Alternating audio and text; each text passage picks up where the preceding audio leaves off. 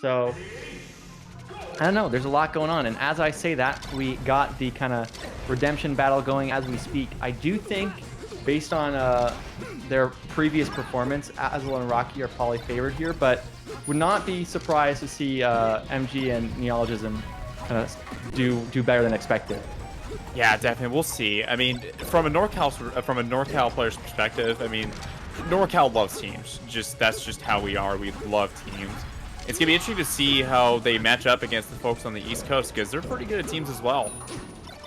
I do feel like but NorCal loves teams is a true statement. However, it also seems like many regions will go, oh, our region just loves doubles. And there are a couple of exceptions of regions that go, oh, we hate doubles. Like every once in a while you hear someone that's like, no, we genuinely don't care about it at all. But I feel like dubs is one of those things where people love to love doubles. But as like terms of actually playing it and seeing, it a lot, not as much.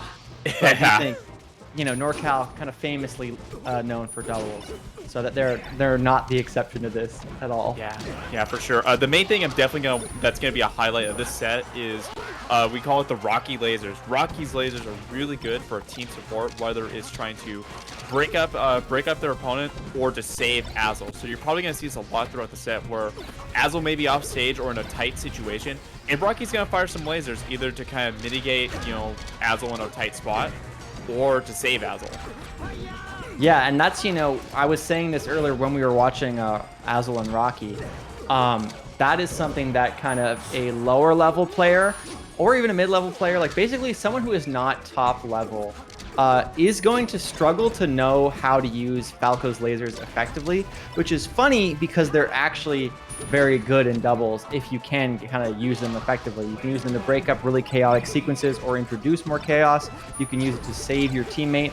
They're still an amazing projectile in doubles, but they function so differently. You can't just kind of spam them like we see some Falcos do in singles. Oh, indeed.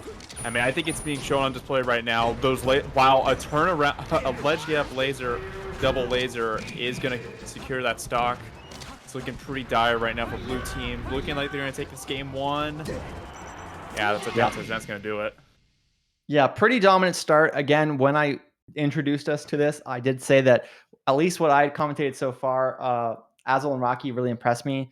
The only people that impressed me more were Dark Atma and Light, and that's who knocked them into losers in the first place. So I think they are definitely the favorites here. But I don't know. Neo's from my region back when I was from Ontario, and he's a very, very smart player. He's been playing Falco and dubs for quite a while, and we've actually teamed together a couple times, like 5 years ago.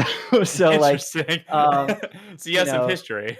Yeah. So like I know that he kind of thinks that, or at least used to think, again, what do people think 4 years ago or 5 years ago versus now? But he used to say, like, I think Falco's like pretty underrated in dubs. I think he's still good. Like, so I don't know if that's the case still, but we'll see how that kind of pans out. But the coordination of Azel and Rocky is just so strong. Oh my god. Yeah, you see, like, every time there's sort of like an up tilt or a back air, one or the other is always ready to follow up. They're always there for each other. Again, good example right there. Just a forward smash cleans both of them up by Rocky. Yeah, and I think it's especially obvious when we have a team comp that is a mirror. Fox, Falco isn't actually that common of a team comp, given the fact that both of those characters are two of the most popular characters in the game. But Azel and Rocky really, really, really make it work. And I think they do a bunch of things better than MG and Neologism are doing, mainly in their ability to kind of switch roles and switch targets, I would say. I was going to say, that was a crazy offstage situation there. Offstage is blue team. Let's see. The high back air is going to do it. Let's see. Oh, it's not going to do it just yet. Able to survive. Oh, high back air again. Takes out Neologism. Oh, misses the dash up smash. Unfortunate. Still, things are pretty even for the most part. Obviously Neo down a stock, but not something that they can't come back from.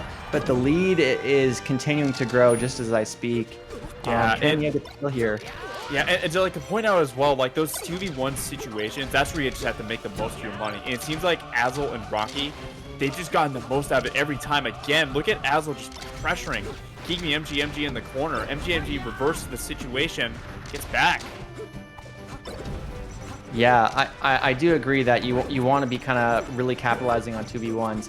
Where I think they actually excel the most is kind of like in the parts where you have to rely on experience. So, all of a sudden, like let's say right now, Rocky's off stage. What should he be doing? Should he be going back to center? Should he be trying to kind of contest the players that are off stage? That's such He good coverage.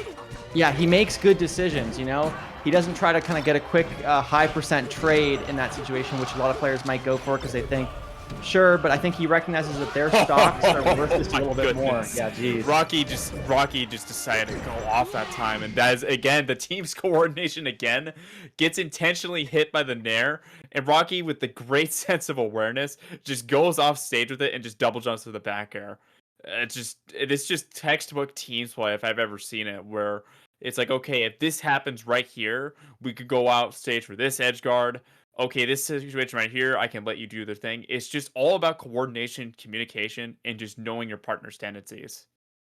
No, for sure. And I think that that's kind of what we've been seeing for like the last couple sets that they've been on, the last 3 sets recently, where they just kind of they seem to know what to do. I was using an analogy actually with Dark Gen X because I was saying to production people that I've been playing TFT, which is the League Auto.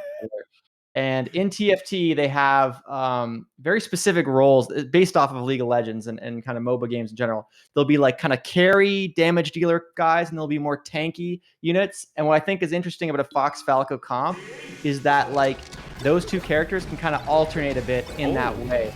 Sometimes we get like a really tanky Falco player who's mostly just controlling space and like walling out full hop aerials, and then all of a sudden they're like the damage dealer again, and they're going for aggressive dares, you name it. So it's kind of a fun comp to watch.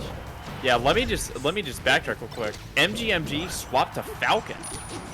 Yes. I mean, I may be interested by seeing this, but you're right with like that sort of a carry support. It's kind of interchangeable in a way, and it certainly seems interchangeable right now because they're making quick work of them as we speak. Oh, but there goes Rocky stock just like that. But Azel still not a lot of percent tacked on. Yeah, I don't love the Falcon pick, to be honest. I think these two characters can do a lot with against Falcon, and I feel like switching off of Fox to Falcon is very different from switching off of, say, like a Peach or a Sheik, where you're like, oh man, what would it be like if I had a bit more speed? I could contest them on the ground a bit more aggressively. Well, Fox can already do that, so I'd love to kind of pick MG's brain and figure out why specifically Falcon, other than just like maybe it's worth it to try something different, I guess. Yeah, I mean, they've only taken one stock off of Rocky, and if you're Falcon in teams, you want to tank. You want to be more of a stock tank, and we honestly have not seen that. You're at 95%. Big Fat 4 cents is going to do it. You're on your last stock already, and we're only a minute and a half in. Absolutely, and these two characters in singles, and I would say doubles as well, are quite good against Falcon. Like they can edge guard him effectively. It makes his aggressive offstage plays a lot more unsafe. They can get early damage on him very effectively. They can do stuff together in team combos that they could never do on their own. And already they can combo the hell out of Falcon. So, well, it sounds like he's not viable at ever, which of course is not true, but I don't know. I mean, with what we've seen also, like, we haven't seen a lot of the laser support at all either to try and even save mgmg from Neologism.